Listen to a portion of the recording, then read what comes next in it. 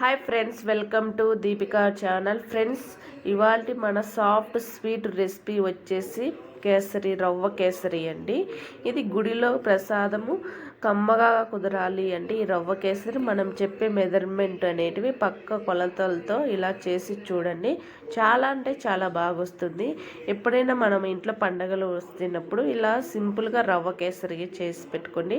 ఏదైనా మీకు ఎప్పుడైనా స్వీట్ తినాలని అనిపిస్తుంటే ఈ రవ్వ కేసరి అనేది చాలా తక్కువ టైం పడుతుందండి, తొందరగా చేసుకోవచ్చు. ఇలా ఎలా చేయాలో మీకు చూపిస్తాను. ఇప్పుడు స్టవ్ పైన ఒక కడాయి పెట్టుకొని అందులో 2 స్పూన్లు అయితే నెయ్యి అయితే వేసుకుందామండి. నెయ్యి కొంచెం బాగా వేడెక్కిన తర్వాత అందులో కొన్ని జీడిపప్పు అయితే వేసుకుందామండి. జీడిపప్పు వేసుకున్నాక జీడిపప్పు కొంచెం బాగా వేగాలండి. జీడిపప్పు వేగిన తర్వాత దాంట్లో కొంచెం ద్రాక్ష కూడా వేసుకుందామండి, ఎండు ద్రాక్ష.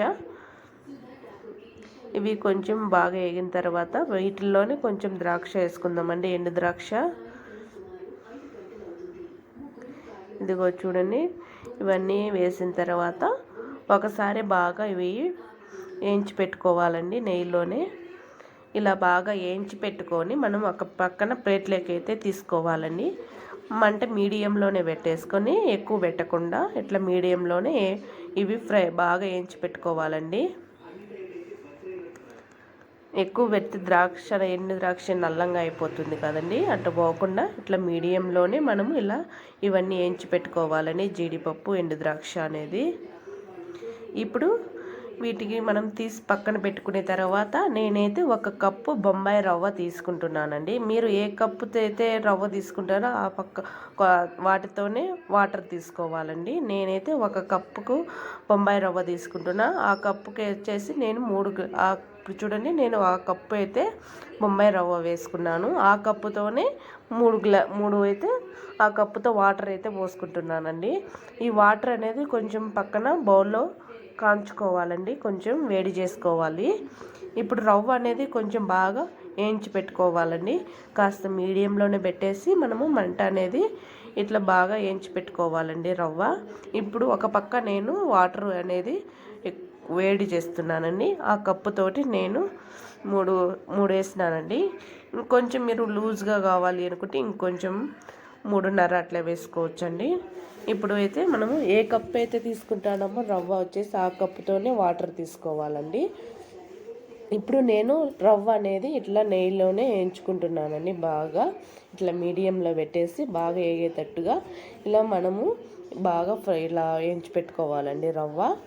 ఇట్లా వేయించి పెట్టుకునే తర్వాత మనము వేడి నీళ్ళు ఇట్లా ఉంటాయి కదా, బాగా కాలినప్పుడు ఇట్లా రవ్వలో వేసుకోవాలండి.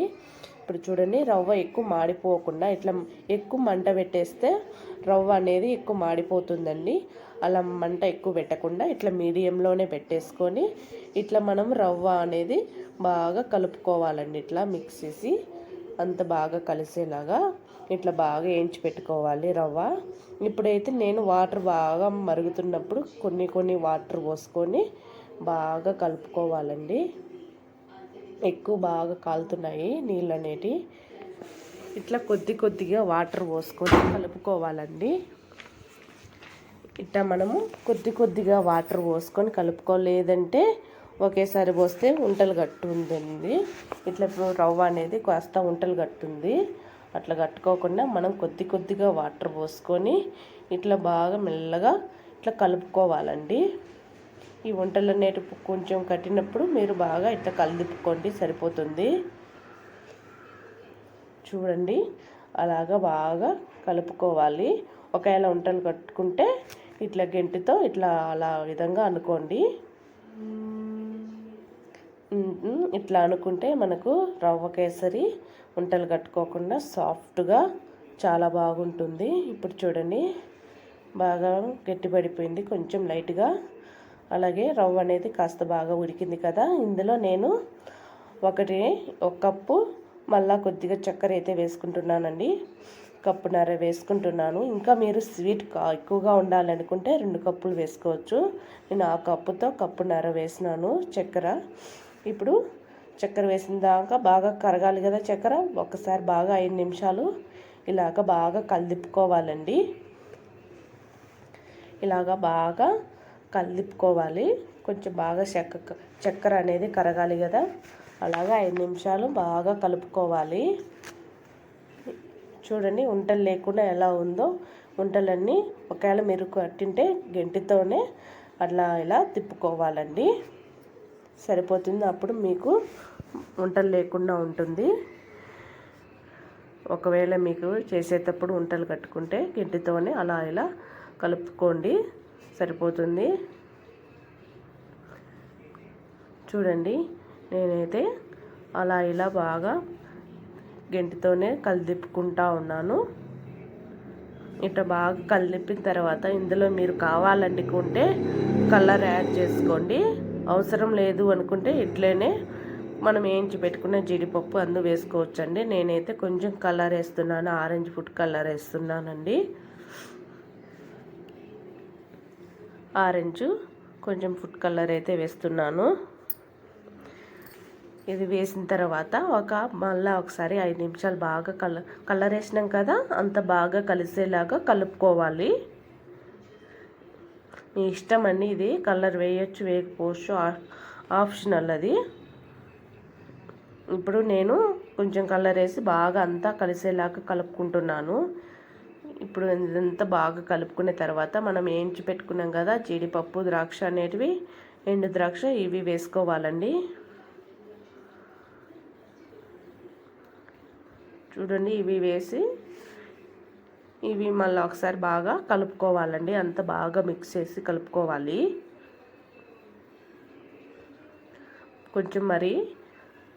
కొంచెం గట్టిపడేదాకా బాగా కలుపుకోవాలి.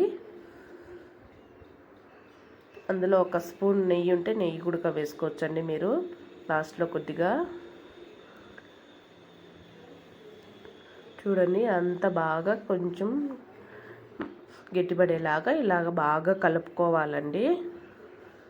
అప్పుడు రవ్వ కేసరి చాలా సాఫ్ట్గా ఉంటుందండి, నోట్లో వేసుకుంటే కరిగిపోయేలాగా ఉంటుంది. ఇది చాలా బాగుంటుంది.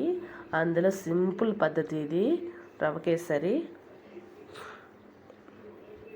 ఎప్పుడైనా మీరు ఇంట్లో పండగలకు కావాలి అనుకుంటే ఇలా చేసుకొని, ఎప్పుడైనా స్వీట్ తినాలని అనిపించినప్పుడు ఇట్లా చేసుకోండి, చాలా అంటే చాలా బాగుంటుంది. చూడండి ఇప్పుడైతే అంత బాగా కొంచెం గట్టిపడింది కదా, చాలా అంటే చాలా బాగుంటుంది, సాఫ్ట్గా ఉంది రవ్వ కేసరి. ఇప్పుడు నేను ఒక కప్పులకైతే తీసుకుంటున్నాను రవ్వ కేసరి. చూడండి ఎలా ఉందో, చాలా అంటే చాలా బాగుంది. మేము ఇలానే చేసుకుంటాము. ఇప్పుడు చూడండి అంతా ఎట్లా ఉందో ఇప్పుడైతే చూపిస్తాను. మనము దీంట్లో ఇట్లా బాల్ ఇచ్చినా కూడా పక్కకి పోకుండా ఎలా ఉందో చూడండి, అలా ఉండాలి కేసరి, రవ్వ కేసరి అనేది. చూడడానికి కూడా చూడండి ఎలా ఉందో, చాలా అంటే చాలా బాగుంది. మీరు ఎప్పుడైనా చేయాలనుకుంటే ఇలాగనే చేసుకొని. ఓకేనా ఫ్రెండ్స్, మరి